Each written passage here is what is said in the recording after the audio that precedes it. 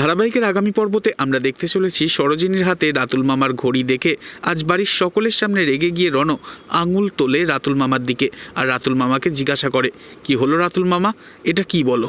তখন রাতুল মামা ঘাবড়ে গিয়ে বলে, কি প্রমাণ আছে যে লোকটা সরোজিনীকে মারতে এসেছিল তার হাতের ট্যাটু আর আমার হাতের এই ট্যাটু দুটো সেম সেম তো না? তখন রণ রেগে গিয়ে বলে, শুধু সরোজিনী নয়, লোকটার হাতের ট্যাটুটা আমিও নিজে দেখেছি।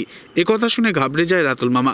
তখন রাতুল মামা সকলের সামনে সরোজিনীকে মিথ্যেবাদী প্রমাণ করার জন্য সরোজিনীকে আঙুল দেখিয়ে বলতে থাকে, দিদি এই মেয়েটা একেবারে মিথ্যেবাদী, একে তুই চিনিস?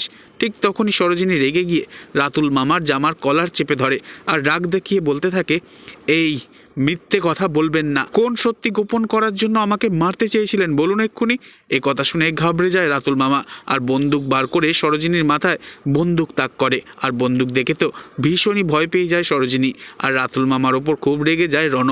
তো বন্ধুরা, এবার যদি রাতুল মামার পেট থেকে সমস্ত সত্যি টেনে বার করে আনতে রণ যদি সত্যি সত্যি বন্দুক তাক করে রাতুল মামাকে আর রাতুল মামা সমস্ত সত্যি ফাঁস করে দেয়, সেটা আপনাদের দেখতে কেমন লাগবে অবশ্যই কমেন্টে জানাবেন আর নেক্সট আপডেটের জন্য সাবস্ক্রাইব করে রাখবেন। ধন্যবাদ।